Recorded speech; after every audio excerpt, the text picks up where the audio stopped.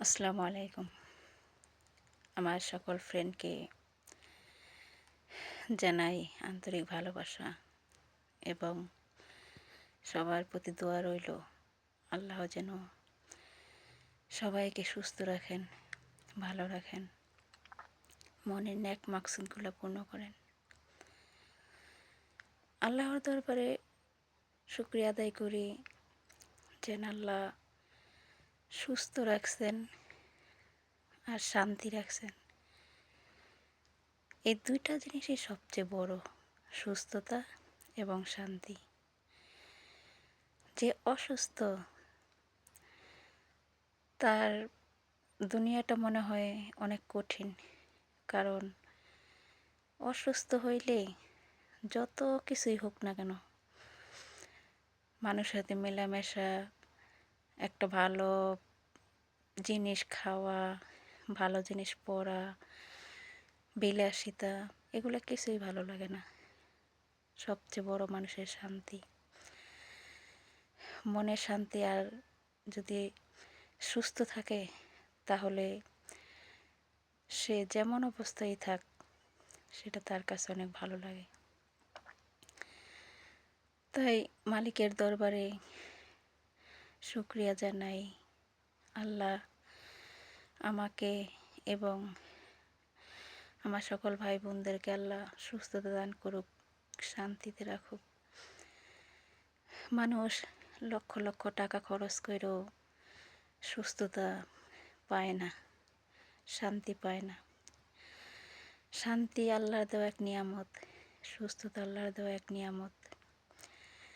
যে প্রকৃতি মানুষ, যে আল্লাহর খাঁটি বান্দা, খাঁটি বান্দি, তারা চায় যে আল্লাহ সুস্থতা দান করেন আর শান্তিতে রাখেন।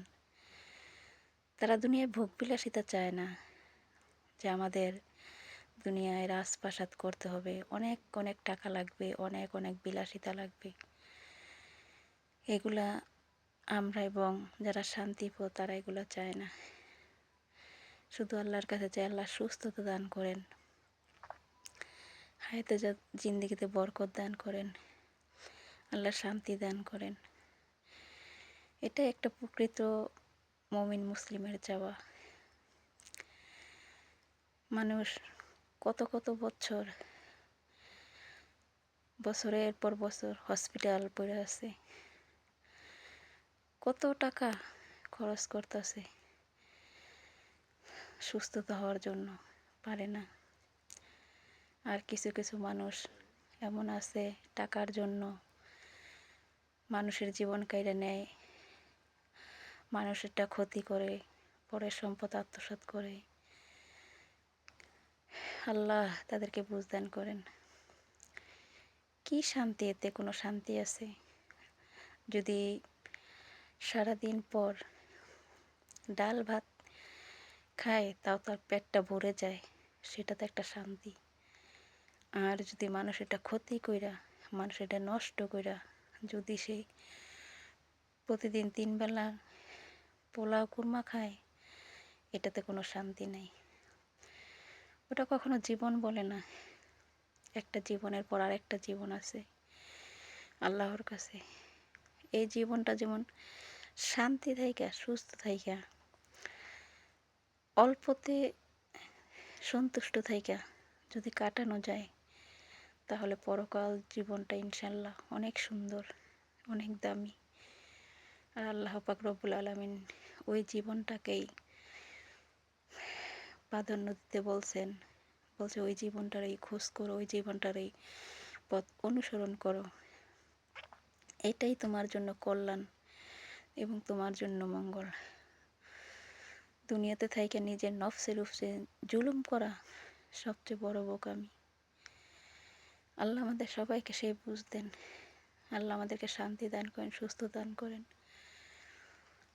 দুনিয়াটা আমাদের কাছে মনে হয় যে অনেক কঠিন আর অনেক সময়ের ব্যাপার, কিন্তু যারা প্রকৃত মুসলিম মুমিন তাদের কাছে অল্প সময় আর একটা জেলখানা।